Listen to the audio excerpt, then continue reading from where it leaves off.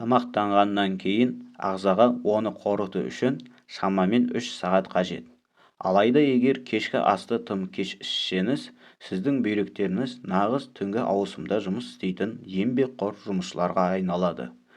Олар түні бойы артық натриймен, кальциймен және басқа да заттармен күресуге мәжбүр болады.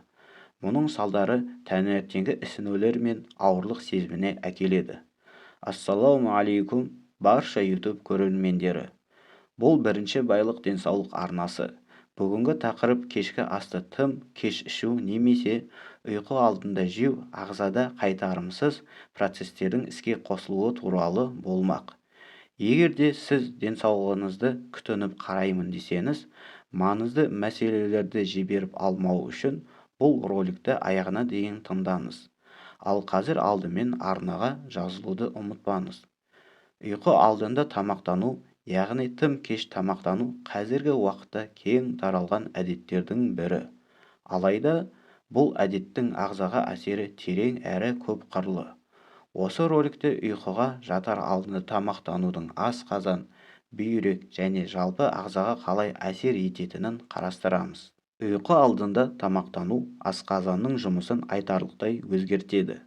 Тамақ асқазанға түскен соң, асқазан қышқылы мен ферменттер бөлініп, тағамды қорыту процесі басталады. Бірақ ұйықтауға жатар алдында асқазанға түскен тағам толық қорытылмайды, себебі ағза ұйқы режиміне көшеді, ал асқазанның жұмыс істеу қабілеті төмендейді. Бұл процесс асқазанның толық босамауына, кебуге, ауырлық сезіміне, қыжылға және асқазан қышқылының өңешке көтерілуіне рефлюкс әкелуі мүмкін. Ұйықтауға жатпас бұрын кемінде 3 сағат бұрын тамақтану ұсынылады. Бұл асқазанға тағамды толық қорытуға мүмкіндік береді. Ұйқы алдында тамақтану бүйректің жұмысына да әсер етеді.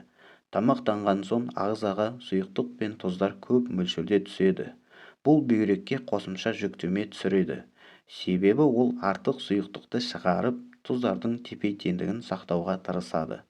Ұйқы кезінде ағзаның барлық функциялары баяулайды. Соның ішінде бүйректің де жұмысы. Бұл бүйректің артық сұйықтықты шығару қабілетін төмендетеді. Нәтижесінде ісіну, қан қысымының көтерілуі және басқа да мәселелер туындауы мүмкін. Сондықтан ұйықтауға жатар алдында сұйықтықты көп тұтыну ұсынылмайды. Ұйқы алдында тамақтану ұйқының сапасына да әсер етеді. Асқазанның толық болуы, қыжыл, рефлюкс және басқа да ас қорыту мәселелер ұйқының бөлінуіне, терең ұйқы фазаларына жетпеуге және жиі оянуға әкелуі мүмкін. Бұл ағзаның толық қалпына келуіне кедергі келтіреді. Нәтижесінде таңертең шаршағандық, көңіл-күйдің төмендеуі және жұмыс қабілетінің төмендеуі байқалады. Ұйқы алдында көмірсуы көп тағамдарды тұтыну қанда қан деңгейінің жоғарылауына әкеледі. Ұйықтауға жатар алдында ағза белсенді емес болғандықтан, бұл қанттың толық өңделмеуіне және қандағы қант деңгейінің жоғары болуына себеп болады. Бұл ұзақ мерзімді перспективада инсулинге төзімділікке, қан диабетінің даму қаупінің артуына және салмақтың көбеюіне әкелуі мүмкін. Тамақ ішкеннен кейін асқазанда тағам механикалық және химиялық жолмен қорытылады. Ащы ішекте қорытылған заттар амин қышқылдары, глюкоза, май қышқылдары, дәрумендер, минералдар және тағы да басқасы қанға сіңеді. Бұл қан бауыр арқылы өтіп, өңделіп, әрі қарай бүйрекке келеді. Бүйрек осы қанмен келген заттарды сүзеді. Бүйректің негізгі функциясы қан құрамындағы қажетсіз немесе артық заттарды зәр арқылы ағзадан шығару. Сіз білдіңіз бе? Бүйрек бір тәулікте шамамен 1,5 литр қанды сүзеді. Бұл процесте не сүзеді? Артық сұйықтықты, яғни суды сүзеді.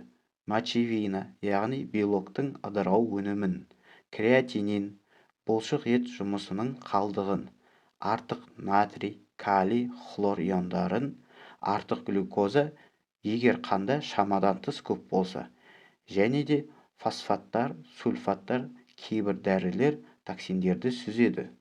Бүйрек тек сүзу емес, сонымен қатар гормон және басқа да маңызды заттарды өндіреді.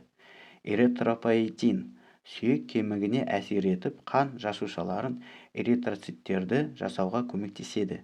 Ренин қан қысымын реттейтін фермент. Кальцитриол Д дәруминінің актив түрі кальций мен фосфор алмасуын реттейді. Ағзада тамақ көп болса, әсіресе ақуыз бен тұз көп болса, бүйрекке фильтрациялық жүктеме артады және осы гормондық жүйелер белсеніп кетеді. Егер ұйқы алдында ауыр тамақ жесе, әсіресе ақуыз көп болса, мочевина мен креатинин көбейіп, бүйрек оларды сыртқа шығару үшін қарқынды жұмыс істеуге мәжбүр болады. Тұз көп болса, артық натрийді шығару керек болады. Бұл зәр арқылы су жоғалуын көбейтіп, кейде қысымның көтерілуіне әкеледі. Су көп ішілсе, түнде жиі дәретке баруға тура келеді, ұйқы бұзылады. Қосымша ескерту. Созылмалы жағдайда, яғни ұзақ уақыт бойы түнде тамақтанып жүру, бүйректің гиперфильтрациясы болады. Бұл нефрондардың, яғни бүйректегі сүзгілеуші құрылымының шаршауына әкеледі. Бүйрек жеткіліксіздігіне себеп болуы мүмкін, әсіресе тұзы мен ақуызы көп тамақтарда. Ал енді ең маңыздысы, тұрақты кешкі тіске басар тағамдар зәрде кальцийдің жиналуына әкелуі мүмкін. Уақыт өте келе бұл жағдай бүйрек тастарының пайда болу қаупін арттырады. Қорқынышты естіледі ме? Солай емес пе? Бірақ жақсы жаңалық та бар. Мұның бәрін болдырмауға болады. Және бұл тек бүйрекке ғана емес, асқазанға да қатысты. Кешкі ас ішкеннен кейін бірден ұйықтағанда асқазандағы тағам қышқыл бөлінуін күшейтіп, бұл қыжыл мен кеудеде ашу сезімін тудыруы мүмкін. Мұндай жайсыздық ұйқы алдында ешкімге керек емес. Шешімі өте қарапайым. Ұйықтар алдында 2-3 сағат бұрын тамақтануды доғарыңыз. Күні бойы жеткілікті су ішіңіз. Кешкі асқа жеңіл тағамдарды таңдаңыз. 10-15 минут серуендеңіз. Немесе бір орында бір аяқтан екінші аяққа алма-кезек секіріңіз. Және сағыз шайнаңыз. Осы қарапайым кеңестер сіздің денсаулығыңызды жақсартып, қана қоймай, бүйрек пен асқазанды қорғауға көмектеседі. Ұйқы алдында тамақтанудың ұсыныстары. Тамақтану уақытын бақылау. Ұйықтауға жатар алдында кемінде 3-4 сағат бұрын тамақтану ұсынылады. Бұл асқазанға тағамды толық қорытуға мүмкіндік береді. Жеңіл тағамдарды таңдау. Ұйқы алдында жеңіл, оңай қорытыла алатын тағамдарды жеу керек. Мысалы, йогурт, банан, жаңғақтар және күрделі көмірсулар. Сұйықтықты шектеу. Ұйықтауға жатар алдында сұйықтықты көп ішуден аулақ болу керек. Себебі бұл бүйрекке қосымша жүктеме түсіреді. Құрамында кофеин мен қышқылдары бар тағамдардан аулақ болу.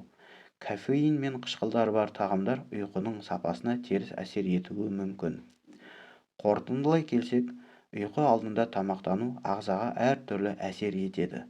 Асқазанның толып тұруы, бүйректің артық жүктемесі, ұйқы сапасының төмендеуі және қандағы қан деңгейінің өзгеруі сияқты мәселелер туындауы мүмкін.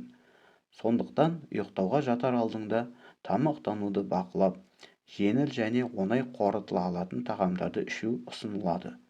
Бұл ағзаның толық қалпына келуіне және жалпы денсаулықтың жақсаруына ықпал етеді.